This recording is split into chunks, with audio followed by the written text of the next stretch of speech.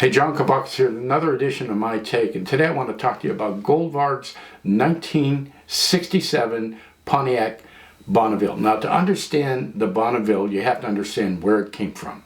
In the early 50s, Pontiac had a real image problem.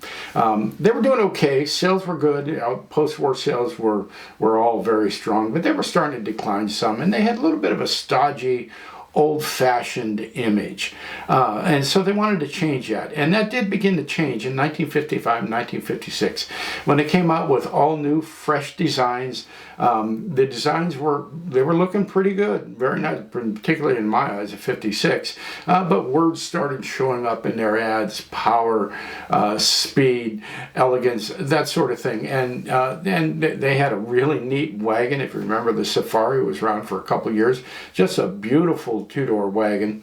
In 1957, they wanted to send a message. Now, they had an all-new design for 1957. It actually looked a little bit more nimble, a little smaller, a little bit more compact, but they wanted to send a new message, and they wanted to say Pontiac is all about power. It's about a flamboyant type of luxury, not an over-the-top flamboyance like in the late 50s, but a classy type of flamboyance. And they wanted people to know that this was a formidable car, one that you would be proud to be seen in. And so they needed a flagship name. They put their thinking caps on, and they came up with the moniker Bonneville. Bonneville, and it meant everything to Pontiac, and that Bonneville had everything. It had a fuel-injected V8. It had a nimble chassis. It was fully equipped. Only came in a small assortment of colors, and it only came in a convertible, but it established Pontiac in particular, established the Bonneville nameplate for several generations to come. And they did very well with them. They continued to develop. They began adding models, and there were a lot of improvements to it, and it became a full lineup by the early 60s or so. Now, GM had an all-new design for their full-size cars, both the intermediate full-size cars that we would, Pontiac would be like the Catalina, and the full-size Bonnevilles, had that beautiful Coke bottle design, all developed under the oversight of Bill Mitchell. And I think Pontiac was one of the best expressions of that new design language. Very elegant, looked very classy with the skirts on it. And so that set a new standard for Pontiac. It set a new standard for GM. Somehow all the manufacturers were at the top of their game in 1965 and produced really memorable designs. Even Chrysler recovered from the questionable designs of the early 60s. So everybody was producing beautiful cars, but I think that 65 design that came out of General Motors, in particular Pontiac and Chevrolet, I think they were just stunningly beautiful. So some people think that was the peak of Bonneville Design's era for the 60s. But Bill Mitchell was still in charge of design for General Motors, and underneath him was a guy named Irv Ribicki. And he evolved the design on the Bonnevilles for another couple of years. And in 1967, they had a little bit of a new front end, a little bit of a new rear end, but all the voluptuous shape was still there.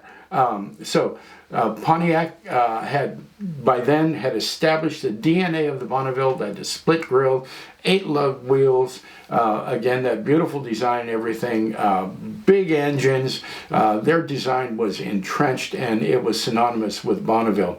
And Goldvarg has given us a replica of that in 1/43. Now, it's going to come in 2 colors. I've got the color right here. The first one is champagne iridescent metallic, and the second one is Tyrol blue. I've got the champagne here.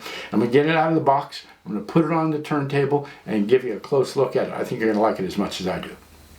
Okay, so the first thing I always look at is overall fit and finish. And I've been a fan of Goldvarg's finish for a long time.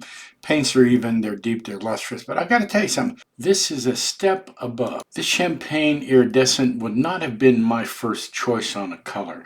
But now that I've got it in hand, I got to tell you something. This thing is stunning. Take a look at this. It manages to catch the light the same way the 1/1 does. Really beautiful paint job.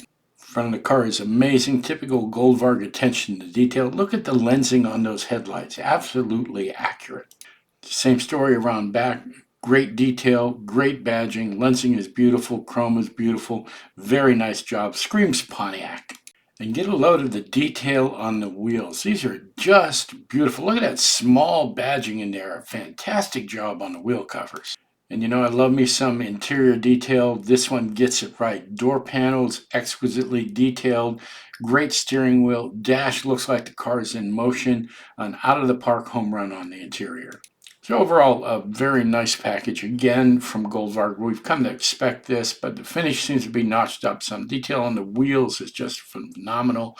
The interior, which you can see because the windows are down, very, very well done. I wasn't quite sure about the subject matter. 67 wasn't my favorite year, but now that I've got the model in hand, again, just like the paint, I'm a believer. This is a great model. So there it is. There's two colors. They're making 200 copies of each. The retail on it is $99. You can get it directly from Goldvarg at goldvargcollections.com. I'll give you the address. You can put it up there.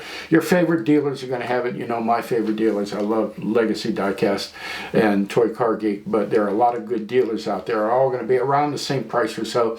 I know some people see that sometimes some of these models show up on the secondary market for a little bit less, $10, $15 or so. But you're really kind of taking a chance because the limited production numbers are only making 200 of each. If you miss out on it at the first issue, it might not show up on the secondary market. So my suggestion is if you like it, order it now, get it under your wing, and you'll have it in your collection. You don't have to worry about waiting for it. So that's Goldvarg's 1967 Pontiac Bonneville. I hope you like it as much as I did. I hope you enjoyed the video. If you did, give me a like down there in the right-hand corner. Sign up as a subscriber. I've got a lot more videos coming. I look forward to seeing you again. Thank you for your time.